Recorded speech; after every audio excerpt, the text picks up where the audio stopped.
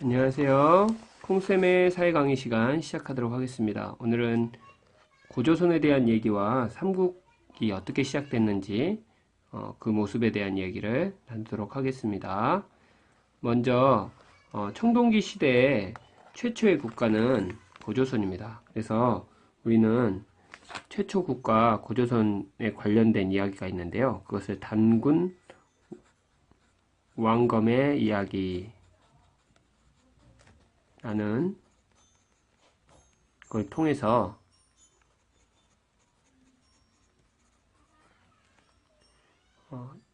최초의 국가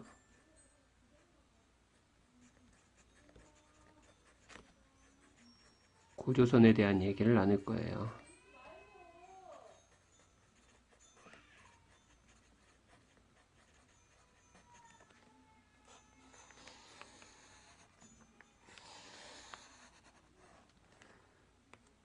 자, 먼저 고조선 건국의 배경 한번 이야기해 볼까요?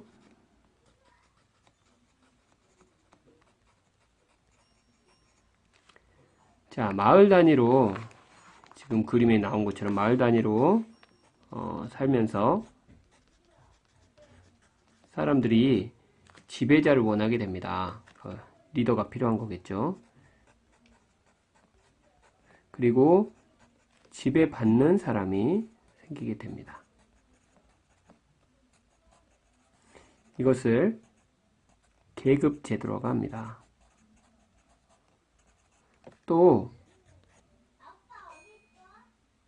마을끼리 이제 영토전쟁을 하게 되는데요. 그러면서 아무래도 이기는 마을은 점점 세력이 커지겠죠. 그리고 가장 강력한 세력이 국가를 세우게 됩니다.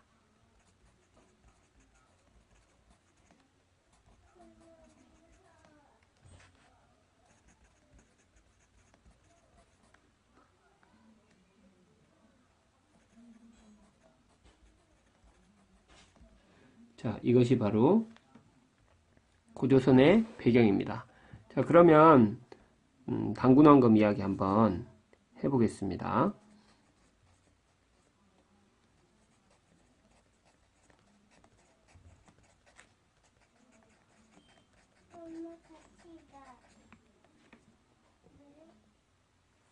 단군왕검 이야기는요, 어디에 있냐면 고려의 승려 이련이라는 사람이 쓴 삼국유사에 있습니다. 실제로 여러분이 삼국유사를 찾아보면 거기에 고조선이라고 써 있습니다. 자, 먼저 단군왕검 이야기 한번 같이 읽어보면 좋겠습니다. 하늘나라를 다스리는 환인에게 환웅이라는 아들이 있었다. 환웅은 인간 세상으로 내려가고 싶어 하였다. 환인이 환웅의 뜻을 알고 내려다보니 널리 인간을 이롭게 할 만한지라 천부인이라는 하늘의 증표 3개를 주어 땅으로 내려가 다스리게 하였다. 환웅은 바람, 비, 구름을 다스리는 신하와 무리 3천여 명을 이끌고 태백산 꼭대기에 있는 신단수 아래로 내려왔다. 환웅은 그곳을 신시라 부르고 곡식, 질병, 형벌, 선악 등 360여 가지나 되는 인간의 일을 다스리기 시작하였다. 그러던 어느 날 곰과 호랑이가 환웅을 찾아와 사람이 되게 해달라고 빌었다. 환웅은 그들에게 쑥과 마늘을 주며 말하였다. 이 쑥과 마늘을 먹고 100일 동안 햇빛을 보지 않도록 하여라. 그러면 사람이 될 것이다. 곰과 호랑이는 쑥과 마늘을 가지고 어두운 동굴로 들어갔다. 그러나 동굴에서 쑥과 마늘만 먹으면서 견디는 것은 쉬운 일이 아니었다. 결국 호랑이는 참지 못하고 뛰쳐나가고 말았다. 하지만 곰은 잘 참아내어 21일 만에 여자로 변하였다. 여자가 된 곰은 환웅과 결혼하여 자식을 낳았는데 이 사람이 바로 단군 왕검이다. 단군 왕검은 자라서 아사다를 도읍으로 정하고 나라를 세워 조선이라고 하였다. 자, 이 단군 왕검 이야기에서 몇 가지 우리가 고조선에 대한 것을 찾아볼 수 있는데요. 먼저 환웅이라는 것은 사람 이름인 것 같지만 환웅을 섬기는 집단 또는 하늘을 섬기는 하늘을 숭배하거나 또는 하늘로부터 자신들이 왔다고 하는 가장 강력한 집단이에요. 그래서 아주 신성한 집단이랍니다. 자, 그런데 이 환웅이 바람, 비, 구름신을 이렇게 다스린다고 구름을 다스리는 신하를 데리고 있는 것을 보면 이것은 일단 첫 번째는 이 시대가 농사가 중요한 시대이고 또 지도자는 농사를 잘 짓게 하는 능력. 이게 아주 아이고.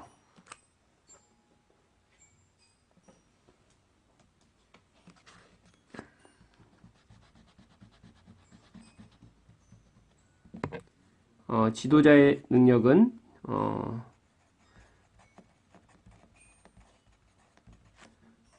농사 잘 짓게 하는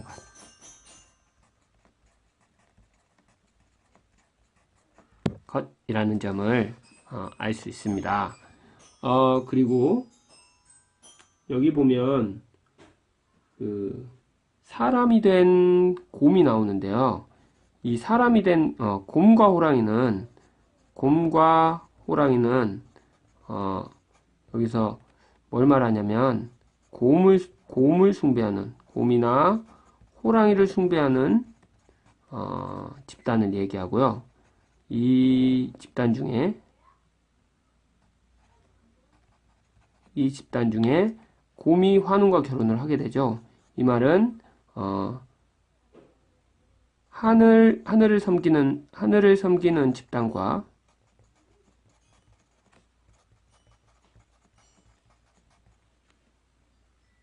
그리고 곰을 숭배하는 집단이 결합하는 걸 말합니다.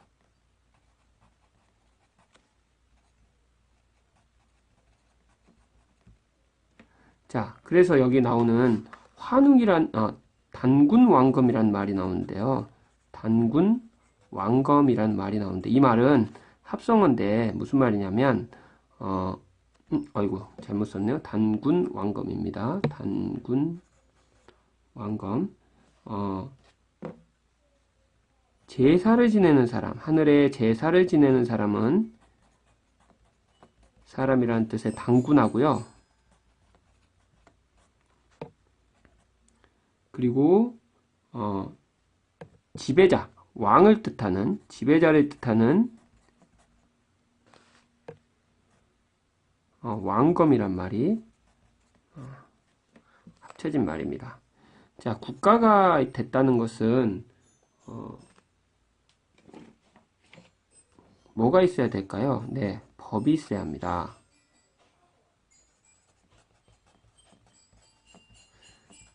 국가로서의 고조선의 모습을 한번 살펴보겠습니다. 자, 고조선이 국가라면 법이 있어야 되는데요. 8개 조항의 법이 있다고 합니다. 그런데 그 중에서 3개만 지금 알려져 있는데요. 이게 어디에 있냐면 중국 역사서 한서라고 중국 역사서가 있는데 기록이 되어 있습니다. 그리고 어떤 그러면 조항이 있을까요? 자, 사람을 죽인 자는 교과서를 넘겨볼게요. 어디에 있는지 우리가 살펴봅시다. 자, 여기 보면 교과서 26쪽에 사람을 죽인 자는 사형에 처한다 라는 말이 있는데 이 말은 목숨이 중요하다. 이 시대 때는 목숨이 중요하다 라는 뜻도 있고 그리고 사형시킬 만큼의 강력한 권력이 있다는 것도 뜻하는 거예요. 그러니까 아주 강력한 권력을 누군가가 갖고 있는 그런 지배자가 있다는 뜻이죠. 또 남에게 상처를 입힌 자, 경우는 또 남에게 상처를 준 자는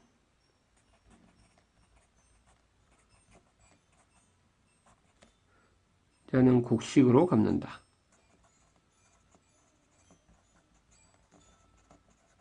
또 도둑질한 자는 도둑 맞은 집에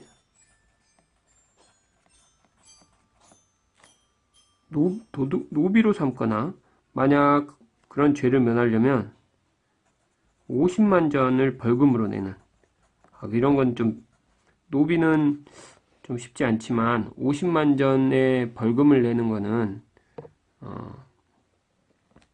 좀 있을 법도 하잖아요, 그죠? 아주 꽤 큰 돈일 것 같은 느낌이 들지 않나요? 또한 이제 한서라는 책 말고도 우리 저번에 봤던 이 청동기를 농경문이라고 하거든요. 유물 속에서 볼 수 있는, 좀 잘 봐야겠네요. 유물 속의 고조선. 유물 속의 고조선 한번 볼 건데요. 저번에 봤던 이게 농경문입니다. 이 농사의 모습을 볼 수 있는 건데요. 농사 보면 여기에 농경문 안에 이제 수확하고 저장하는 모습이 여기 남겨 있고요. 그 다음에 여기 보시면 땅을 가는 거, 또 여기 아래에 보시면 괭이질, 이런 것들을 볼 수 있습니다.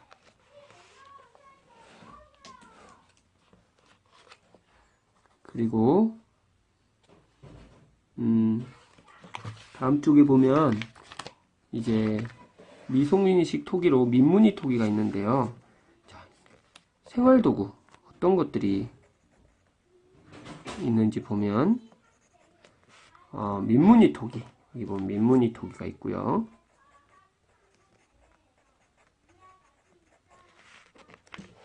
좀 보이게 쓸게요. 민무늬 토기도 있고요. 또 여기 보면 뼈, 칼과 숟가락, 뼈로 칼과 숟가락도 여기 만들었대요. 국자도 있고요. 떡 굽거나 뭘 굽는 시루, 이런 것도 볼 수 있습니다.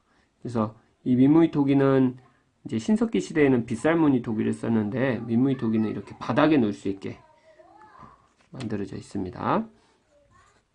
자, 보시고 옷은요, 옷은 또 바뀐 게 삼배나 동물 털도 이용했대요. 그리고 비단, 이런 것도 사용했고요. 신발이 있는데, 신발이 있는데, 서민은 그냥 집신, 농사를 지었으니까 집이 많았겠죠. 그리고 귀족은 가죽신, 이렇게 신었다고 합니다.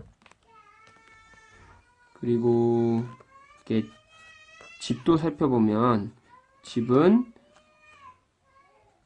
땅 위로 좀 더 올라온, 그러니까 신석기 시대 때는 좀 땅을 파서, 이렇게 많이 파서 움집을 지었다면, 땅 위로 올라온 움집을 지어서 건축 기술이 이렇게 발달된 걸 볼 수 있습니다. 그래서요, 최초의 국가로서의 모습을 지니고 있는 고조선에 대해서 살펴보았습니다. 이상 강의를 마치도록 하겠습니다.